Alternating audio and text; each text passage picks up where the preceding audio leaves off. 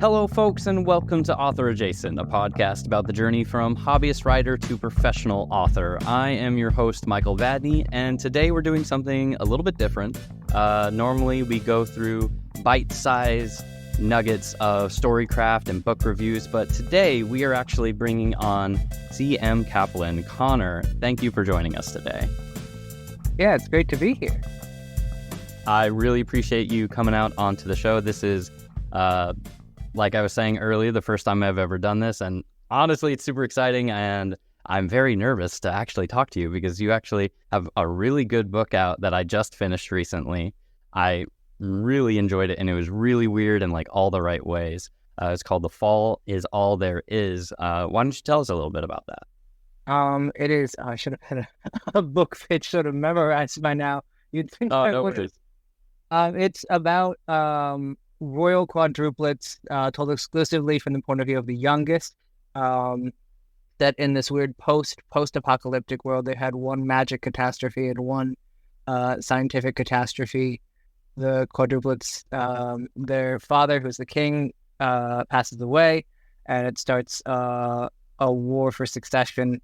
And the youngest is sort of called in to help sort out a brewing civil war because the other siblings are trying to stake a claim to their father's throne. It's lots of family drama, lots of autism, cyborg horses, weird swords that are powered by batteries made of artificial human thyroid and things like that.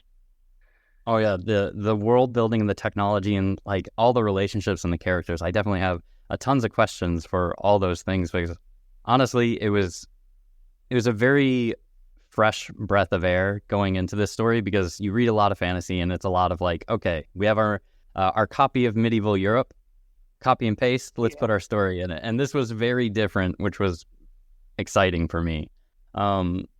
Is this something that you do full time as a writing and being an author? Or is there something else that you do as like your day job kind of thing? Sort of. I'm a house husband basically. My only other job is as soon as my fiance's home from work, like she is not getting up to do anything. It's just like making sure she's taken care of is the only other thing that I'm doing just sort of on a regular daily basis. You're living the dream. That's really cool. Yeah, it's great. Honestly, I cannot complain.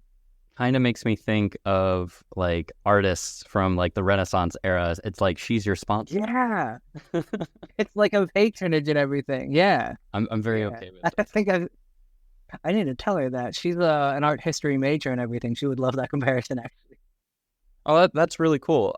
So how did you get to this point to being a writer pretty much full time? Like you have 2 books out now; they're pretty successful. How did you get to this point? Like, what is your origin story as an author? I only started this because around when I was a teenager, I hated to read until I was like maybe freshman or sophomore in high school. But from an early age, I was really into comic books. And so around like 15-ish, I was like, maybe when I grow up, I'll be like a comic book writer or something like that. And then eventually someone pulled me aside and was like, if you're going to write comic books, you should probably learn to write first. And I was like, oh, that's a good idea. I should probably do that. Yeah. So that just became the one sort of life goal that I had. And then I kept doing it until eventually I was like, oh, I'm not actually good at anything else. I should probably like make a career out of this. I got into college and everything by like before I even applied, I like got in contact with the creative writing heads at the university that I was applying at, and we were like, I'm coming there for you. What can you do for me? And that was how I got in because they already knew who I was at that point. And it was just sort of like literally, it's just like I learned networking very early. You're just rolling in there with an intimidation. Basically. And it was just sort of, that was the one thing I was pursuing from a really early age. And then by the time I graduated, I had won an award for a book that I didn't end up finishing in my last year at college. Yeah. And I, in a fit of desperation, I wrote what became The Sword in the Street in like 2 weeks and then spent 3 months actually revising it and putting it out. And it was, And I liked the book. It didn't get met with a ton of sales. But it got my foot in the doors enough that The Fall Is All There Is took off much more quickly. and a lot better than the first one. Yeah, you said you won an award for it before it even came out, or did I misunderstand you? Oh no, this was sorry. This was when I was in college for my thesis. I had to basically write the first I think 150 pages of a novel. And I wrote the 150 pages, and my professor said it was good enough to nominate me for the university's honor in the arts sort of thing. Yeah. And I got a little check for $100 or something. That's really cool. And it was yeah, and I didn't finish the book after I graduated. I ended up writing something else. Okay, but was it that book that ended up becoming The Sword in the Street, or was it just influenced by a lot of things? Oh no, not even remotely. No, there are a few world building elements that ended up in The Fall Is All There Is, but for the most of it was 80% scrap. Oh wow. I just completely lost enthusiasm for it. I'd been working on it for a year, and I was like, I can't even limp over the finish line here. No, that's something I hear talking to a lot of people, reading on the internet and such, is never throw away any of your writing, no matter how bad it is, because you can always recycle some of it into new stories, into future writing. Yeah, that was part of how The Fall Is All There Is got as weird as it was I got to a point where I was not, I guess, disillusioned with the reception for The Sword in the Street, and that was me trying to be intentionally restrained. And so I was like, okay, if I'm gonna do this next one, I'm gonna go I'm gonna go all out on this. And I basically every scrap of an idea that I had ever sort of come up with, I tried to sort of wedge it all into one sort of narrative, and that was how it got as weird as it was. That is awesome. Is there any idea that you came up with and you're like, no, it doesn't fit, it's too weird? Or was there just no limit? The sky's the limit on this one. It had to make logical sense with the other stuff. I wasn't going to be bringing in time travel if I couldn't make it work within the context of the story or something like that. Yeah.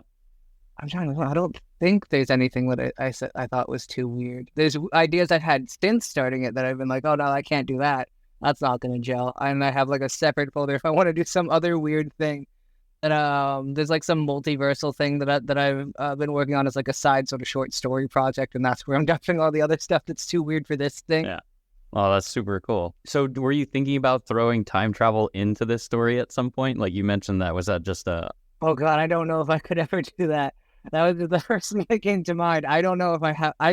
Oh God, I would write the weirdest time travel thing you've ever seen. Oh, it would be so convoluted. Time travel is always a difficult story to sell me on, because I'm always going to be thinking of the weird things it would do to a time stream kind of a thing. Oh yeah.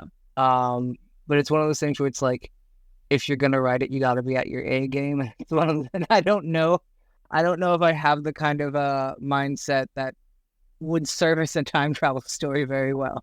Yeah, I've always been a really big fan of time travel stories, but they're also incredibly easy to mess up, just because you have to be really tight with how does this work and how does it not solve every problem I've ever had instantly.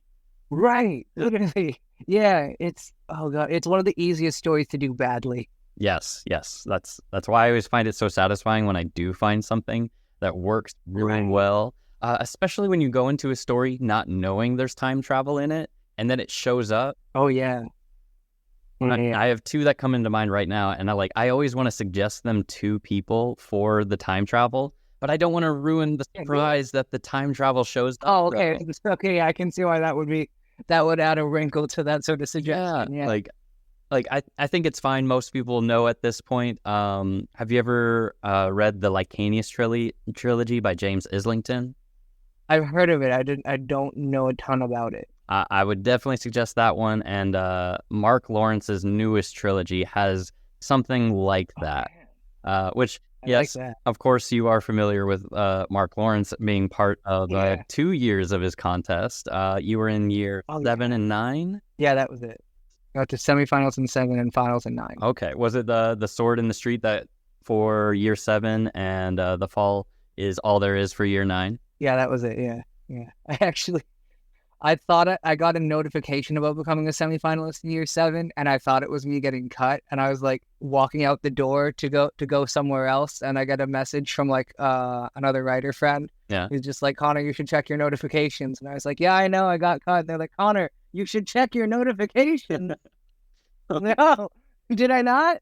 it was the last batch before like you are either going to get cut or you're going to be a semi-finalist. And I figured I was on the cut after that, those final like 8 or so.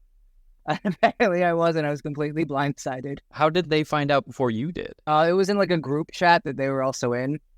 Okay. So they had seen it, and I was I was multitasking. I hadn't seen it yet. I'd only seen the notification pop up. Oh, seriously, congratulations on both those. Like, that's an incredible achievement. What was your experience like participating in both of those, year 7 and 9? Stressful. It's similar to querying, I think, and that like it's one of those things where you don't want to invest a ton of you don't want to get your hopes up because in all likelihood the statistical odds are not in your favor. Yeah.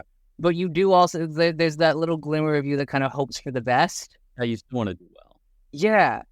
You want to do well, and then with the semifinalists, it was a bit of a relief. It was only like a couple months, and then I got the announcement, and then I was out, and then I was just like supporting everyone who became a finalist. Mm-hmm. And it's like on the one hand, like you don't get as many eyes on you as a semifinalist, but I would not have been able to write the False Alchemist if the first book had become a finalist. There would have been too many eyes on me. I would have been afraid to take as many risks as they did in the next book.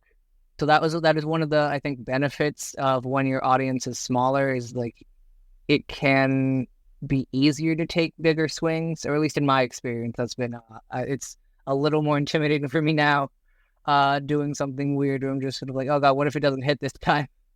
what if this is where I go too far? Mm-hmm. But then on the flip side is when I was actually a finalist, it was I had more eyes on me, but it was a bit more harrowing of like, oh. It's like there are stakes now. I can like fail at something. People expect things of me. So it's like either way, it's going to be a mixed bag, regardless of how you do. I think it's the contest. At the end of the day, you are meeting a lot of really cool authors, and it's like that's one of the best things you can be doing for yourself is like building a community of people and everything. That alone is worth it, regardless of how you do in the contest.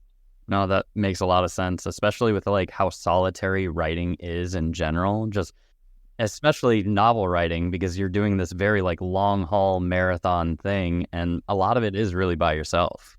Yeah. And it's the time between beta reads is always like a weird spot for me where it's like I'm trying to figure out, because my writing process is really chaotic, and I guess that's not really surprising, but it's just sort of like I'm constantly throwing things at the wall, and 90% of the time it doesn't work. And so I have to write like 3 50,000 word books to get one 50,000 word book that can actually turn into 120,000 word books. But at the end of the day, and it's just, I have to have so many false starts. And it's, that part can be difficult because by the time I'm actually showing it to someone, there's like always a part of me that's just like, maybe I had a better idea with the book, like version number 2 of this book. It's just, and then I just have to hope that I finally nailed it this time, and I don't have to go backwards or something like that. Yeah, that's one of the things that community can be really good at. There are a couple different authors that I know who I can trust well enough to be like, I'm just gonna yell at you about this idea until eventually I hope I can just work my way through this. No, that is awesome. That's good that you have those people around you that you can do that with. You were talking earlier about like you now have all these eyes on you, and it feels like a lot more pressure now that like you were a finalist. A lot of people know like your name, especially in the indie author or indie fantasy space. How does that carry into the book that you're writing now? I think I've heard that you are working on the sequel to The Fall Is All There Is. Yeah, I just got edits back on that, so I need to get it to my editor by November 15th, and I'm trying not to think about it, because if I let myself think about it, I'm just gonna lie on the floor and stare at the ceiling all day. It's like, oh god, it feels overwhelming if I let myself think about it. Mm-hmm. So for the most part, it's just trying to push that out of mind and just do whatever it was I'm doing. It's a lot easier now that my time at Swiftbow is over, because there's far less eyes. Like as soon as you're out of the contest, like people stop paying attention to you to the same degree. No. It's still like that made it was harder to do it during the actual contest, but as soon as it was over, it was like it was a lot easier to keep going. The weirdest thing is when people ask me like when book 2 is coming. That's a new feeling. Hmm. And it's gonna be a minute, and every time I just feel terrible because there are people who are very dedicated. We're like, when is it coming? No, but seriously, and I'm like, oh no, it's not for a while. I'm so sorry. They're all very excited, and now they have expectations. Right. Yeah, and you want to hit those expectations, but everyone has different ones, Yeah. and you can't hit all of them. Yeah. In the end, you kind of just got to write the story to the best that you know how, and just do what you enjoy. That's another one of the good things that that kind of pressure can do for you. Mm-hmm. It can be paralyzing at first, but the longer you sort of go through it, it sort of forces you to be like, what kind of a writer do I want to be?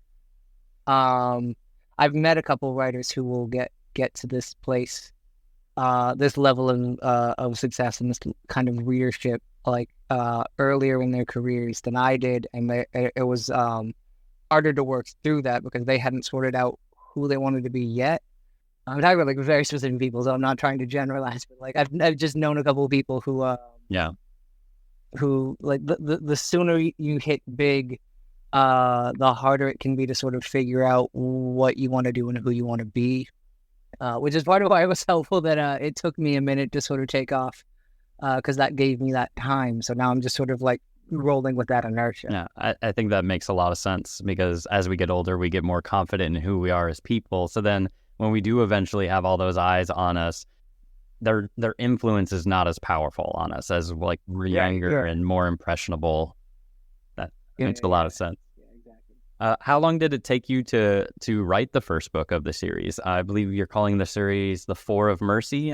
Is that right? Four of Mercy. Yeah, Four of Mercy's trilogy. I started it in, I think, May 2021, and then I had it out in November 2022. So like a year and a half almost, probably a little bit under there. And a lot of that was because the first draft was a 208,000 word romantasy novel, and I had to cut almost all of it. Mm-hmm.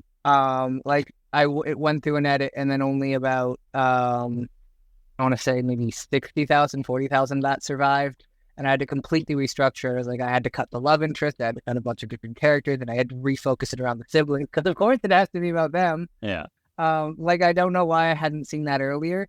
So that set me back a ways, and I ran into similar problems with book 2, where it's like this is what I was talking about, where I have to write like 3 different versions of the same novel before eventually I realize, oh, this is what I'm writing about. Okay, cool.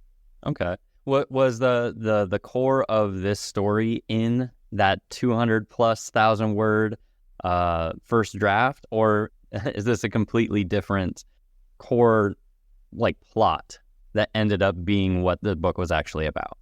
It has almost nothing to do with one another. Some of the basic events, like the climax of book 1, where Peter and Desmond are being chased by gaunts, that was in the sort of core version. And the basic ideas and the basic characters with the 4 siblings and a brewing civil war were all the same. But apart from that, almost everything changed. There's barely any words or chapters or characters that survived from version to version. Oh wow! Yeah, I had. There's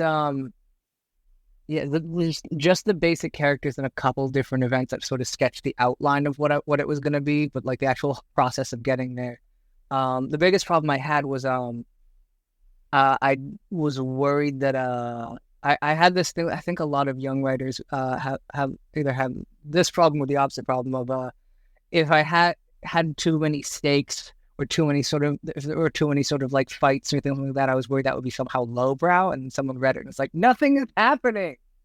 Make something happen. There's no stakes to any of this. And I was like, oh, I need to stop trying to be literary. This is bullshit. I can't. I'm writing a boring book is what I'm doing. And I had to. That was part of why it's as energetic and visceral as it is now. Is because I just went completely in the opposite direction because I realized how hard I just sort of completely fucked that up. With writing a really boring version of events in the first half.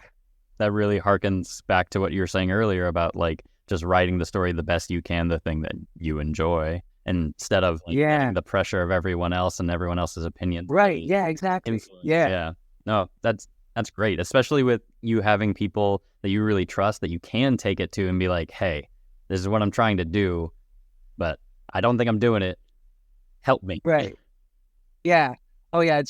It's one of the best things about like I know I keep harping. One of the best things about having like a community is like you gotta find people who are smarter than you. You have to, because they know so much more than you, and they can be like, "You sweet young child, come here. Let me show you the way in which you are completely ruining this story. That you don't ruin future stories in this particular way. You ruin it in spectacular new ways that you'll then sort out later.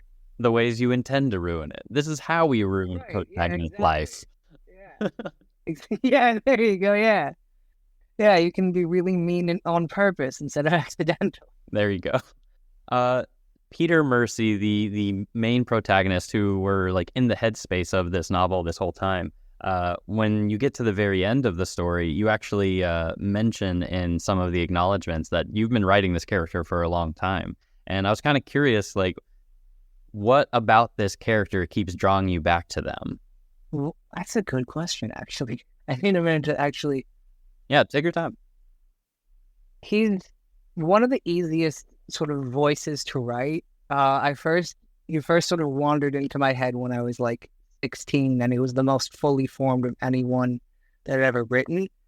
And I think part of the reason he stuck around was the initial story I had him in was I was using it to examine like really, really personal stuff that I wasn't doing in anything else. For a while at that age, I was very sort of concept driven. Like I had a cool concept and I just wanted to show like, look at this cool idea I had.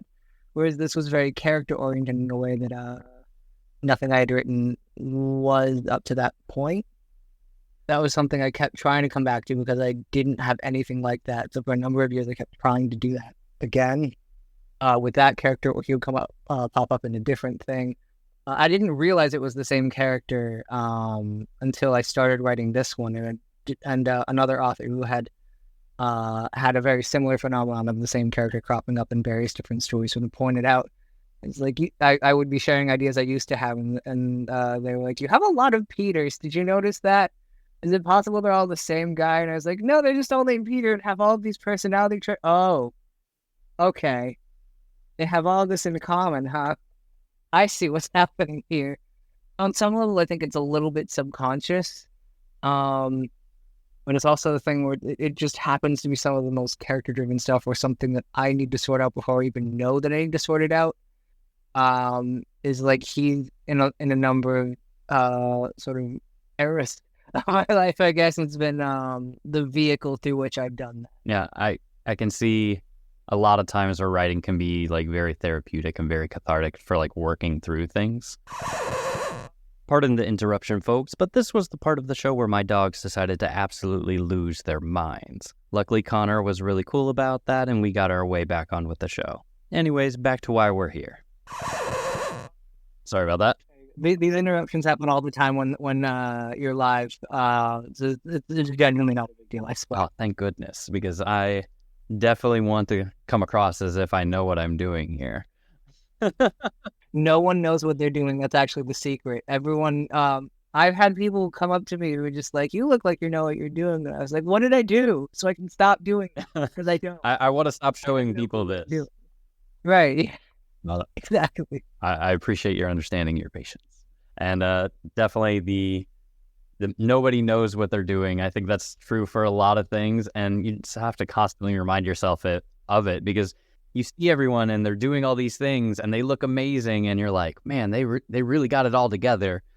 But really, in their mind, they're Peter, just a barrel of emotion, right, exactly. Yeah. 10 seconds away from exploding. Yeah, that's exactly it. It's like it's because you see, like, usually you're seeing the final product of whatever someone's doing. And you don't get to see all the failures that happened along the way.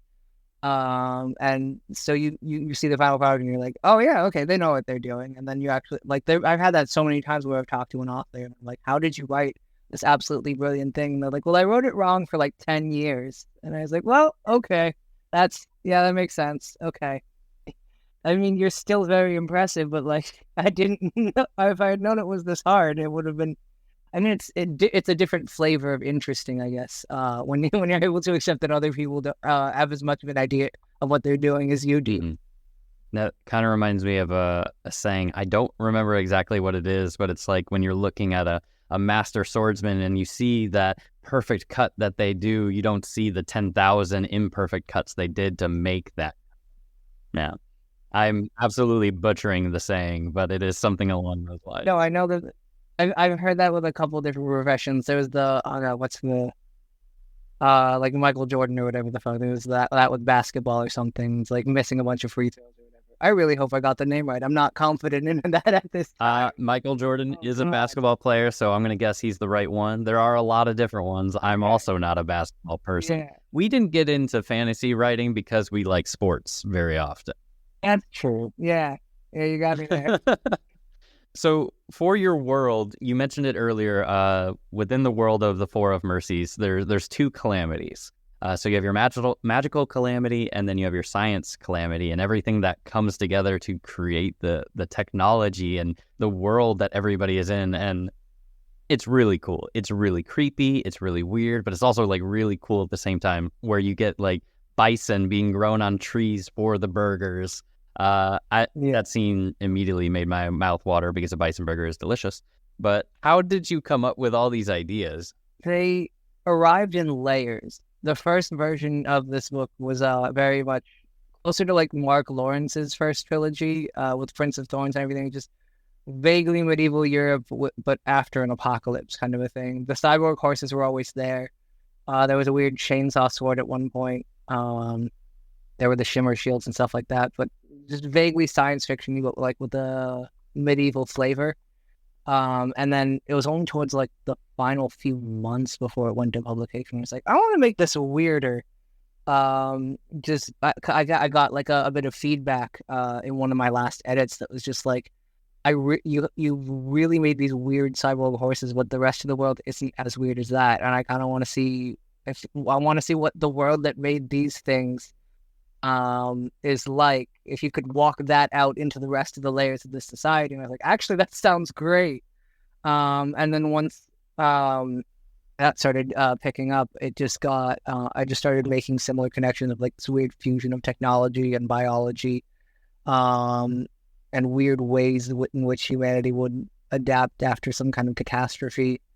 And then the two apocalypses were a remnant from like the thing that I wrote that I didn't finish a while ago, and it was like I was like, oh, I'll bring that in, and then I had the ghost fog idea of these ghosts that you can breathe in and get infected by. Was an idea I had like right before COVID happened, actually, and everyone was wearing gas masks, and then COVID hit like a month later, and I was like, okay, well, I guess I can never use this then. I just chucked it and thought I would never write it again or have that concept anywhere else. That timing was rough. Yeah, yeah, it was not a great sort of transition. And then a lot of the ideas came from like either from other stories or like were the practical sort of extrapolation of an idea I had from a previous story, and it's just trying to sort of make it all gel and fit into one sort of cohesive thing. And this is why we don't throw away any of our old writing, because Exactly. all come together into this like really weird but cool thing. I think you call it like corpse technology in the book. Yeah. It is Yeah, that was really cool. I especially like the vocal cord guns. That was super dope. Like every time those popped up and they would like gauge them into like the different power levels, I was just like, oh, he's gonna use it. That's cool. Part of my geeking out. Oh, that was so much fun to design. Yeah, I had those only became what they were in like 2022, I think. And that was specifically, I was initially going to have some sort of vibro blade, and then I found out Star Wars did that first. I was like, wait, I have these sonic guns. I can just use it there. I remember sharing the idea of the battery being made of vocal cords with someone, and they visibly shivered. And that was my indicator, like, oh, okay, I need to do that then. That's exactly what needs to happen if it can get a reaction that extreme. This is the vibe I'm going for. It's pretty much Yeah, exactly. from that. Yeah. No, that is super cool. I love world building in general, and just all these interesting things that you come up with. Like, it's what makes fantasy and sci-fi just so appealing to a lot of people, I think, is because you can make anything. It can be anything. You can have any kind of Right. world, society. It's super cool. Sorry, just going through my list of questions real quick. Yeah, I've lost the place several times on live streams. It can be easy to get lost. Oh yeah, it's especially because like you go on tangents. Yeah, It's like have you yeah. ever? You go down a rabbit hole, and then you're trying to dig your way back out. Like, wait, where am I? Yep, yep. Definitely need a shovel going up. Hopefully, lava's not above you. And haven't installed the elevator yet. Yeah, we need to get one of those in here ASAP because I'm struggling. Yeah. Uh, You're doing great for your first time, to be clear, honestly. thank you. Like, I would not have guessed that it was your first time. I definitely appreciate that. I like to try to be personal and talk a lot with people, so this has been a really enjoyable experience creating this podcast. So, again, I know I keep saying this. Thank you so much for doing this. This is very exciting for me. Yeah, I'd love to talk, so I will take any opportunity I can to do that. Awesome. Something I did want to ask you about is first lines, because this book, the first line has been emphasized by a lot of people, and it starts strong. It actually reminded me of the beginning of, you mentioned it earlier, The Prince of Thorns, because that was like one of the first books I ever read that had like a really like hard and gritty start to a book and then a series. I'm not going to spoil that, especially because it's very explicit, but for yours, it reminded me of it a lot of that because it's just really good. I'm just going to read it out real quick. I was 6 years old the first time my mother threatened to sew my mouth shut. And it's like, whoa, it's super relatable because like everybody's been threatened by their mom because they've done stupid things at some point.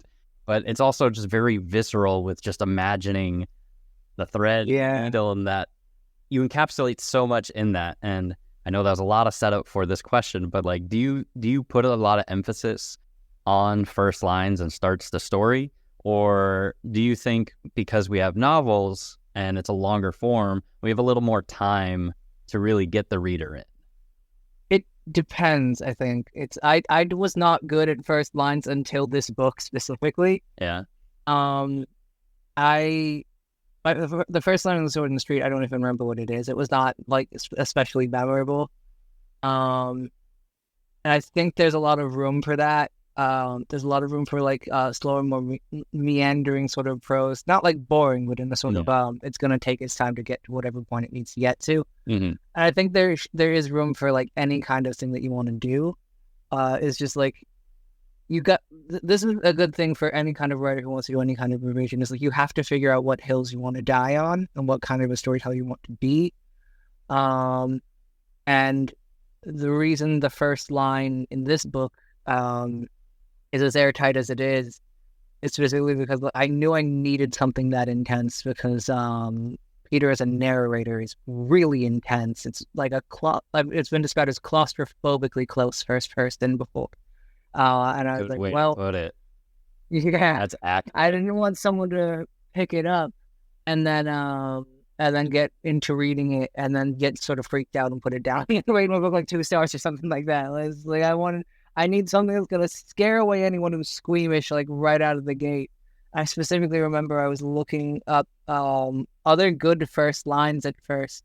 Mm-hmm. And being like, is there anything where I can sort of like chop and screw it or something like that? Or some sort of launch pad into a good first line. I don't even remember what I saw. There was something from some other book about someone who's like, whose dad said they were going to die a nobody or something like that as the first line in the book. And I was like, wait, I can make that something. I can take the idea of a parent doing something horrific, and that's going to really drill down into the theme of this book and the ways that this family is traumatizing each other. And then sewing the mouth shut actually came from an old Flash comic I read in the early 2000s where there was a supervillain named Murmur who's like a serial killer who talked to himself so much that when he got caught by the police, he ended up confessing to all of his crimes.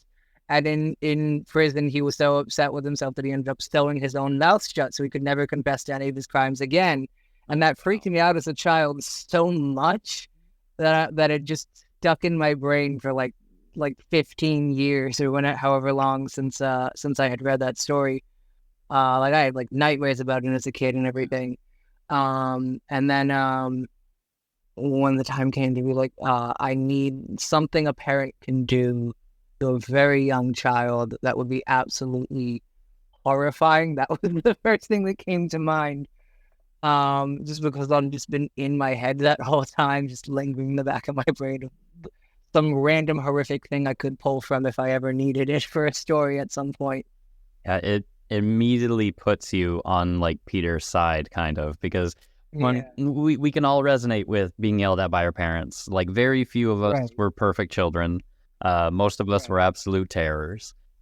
So we got threatened by our parents at least a few times, and just the whole story just continues from like the way you said it earlier with being like claustrophobically close. Like you feel he has like multiple near or actual panic attacks throughout the whole thing, and every time you're describing one, I'm like, this is pretty accurate. This is pretty close. Yeah. Like my heart's starting to pump here just from like secondhand panic.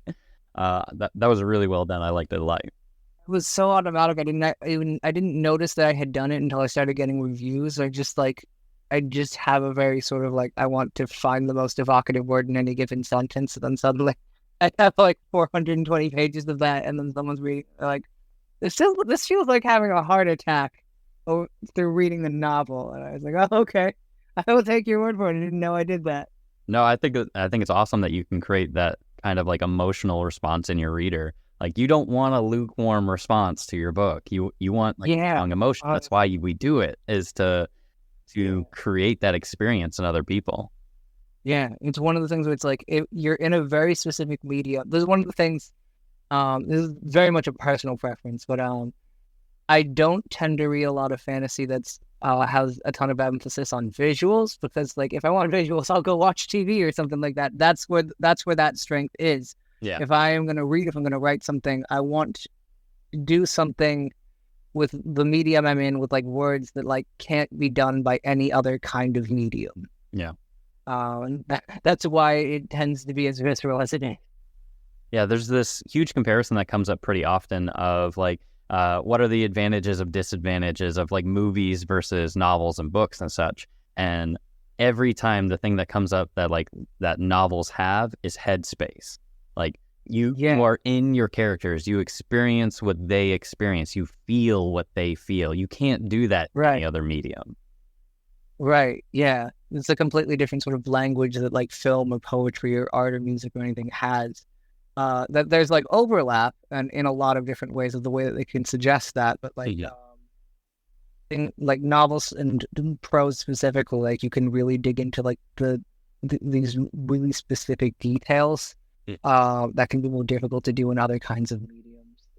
Things like how, and especially other sentence. I try to describe things that like through any sense but visual if I can help it. And a lot of the times, like I will describe how something feels by comparing it to something else. I can describe how something smells by comparing it to a memory or something like that. And I try to do that as often as I can. And then another way to get to it, I'll jump to visuals.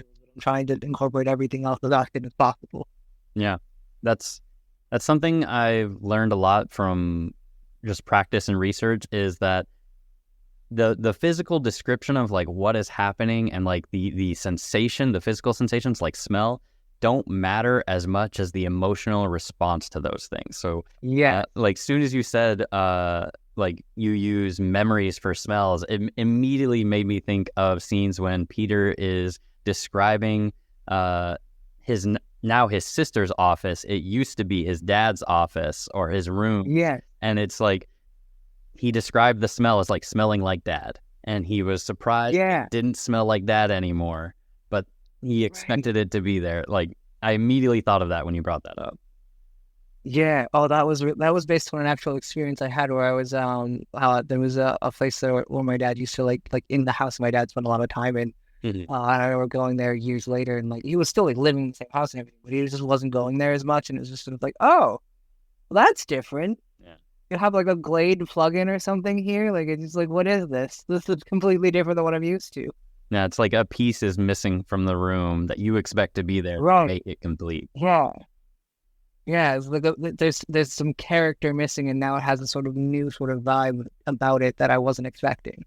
So you're working on the next book or this series. Do you have any other projects that are going on right now? Or are you a one book at a time kind of person? I used to be the kind of person who was writing like everything at any given time. I'm like writing like a couple thousand words of one thing and then getting distracted by writing something else. And in order to finish any kind of book, I had to train myself to only have one idea at a time. And that's basically how things go now. Unless I have a book in beta reading, I'll try and work on something else. But it's the crapshoot whether it's even going to take off. I'll have like the weirdest possible idea, and it's like a hit or miss if it's even going to amount to anything. Yeah. I have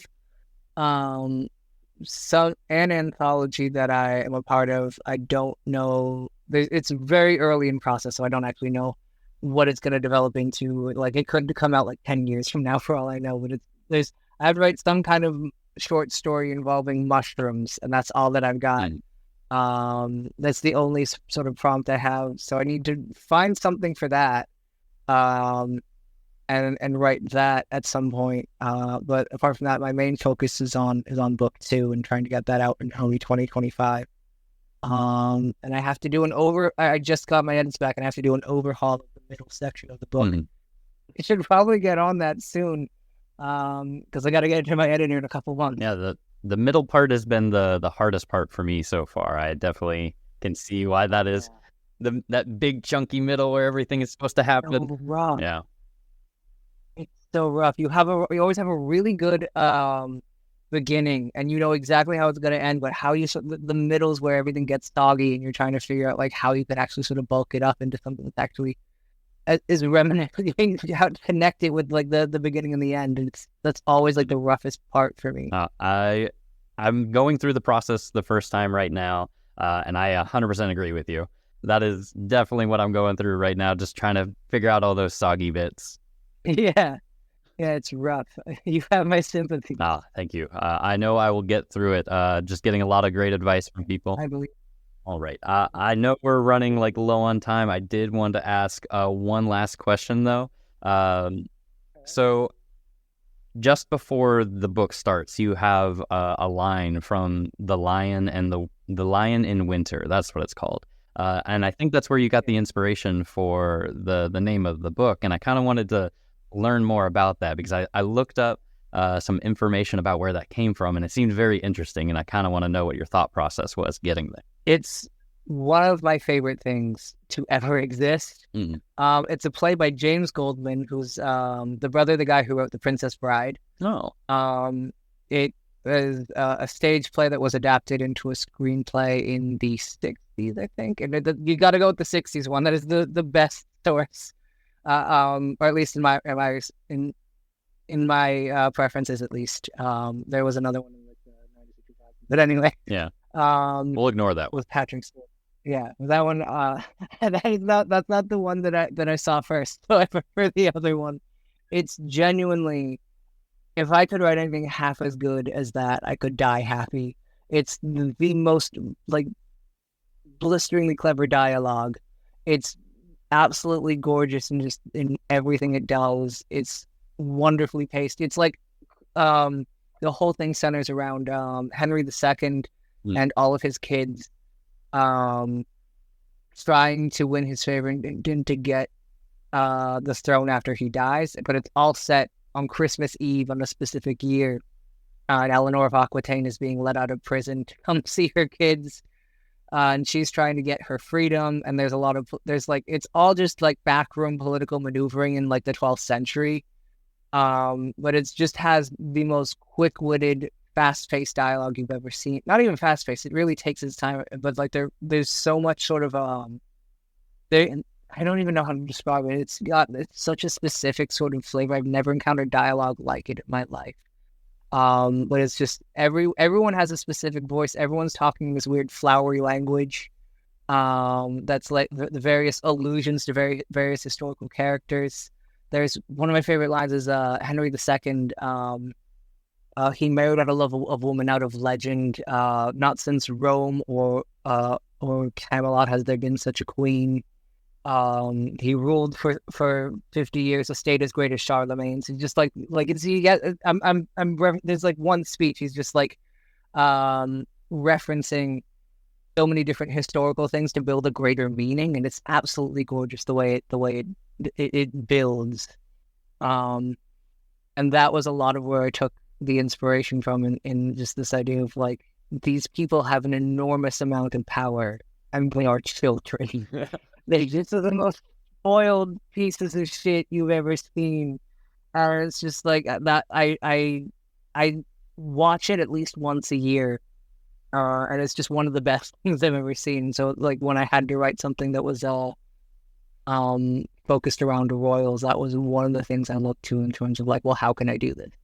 That's really cool. I watched the trailer for the 60s version, and that was pretty spot on. I could see a lot of like where the influence for your book came from that movie or that play. Yeah. And I added it actually immediately. I have a group of friends. We do like movie night where we will just watch like old school movies or just anything we feel like watching. The last thing we watched was Bram Stoker's Dracula, and I was shocked because I'd never seen it before.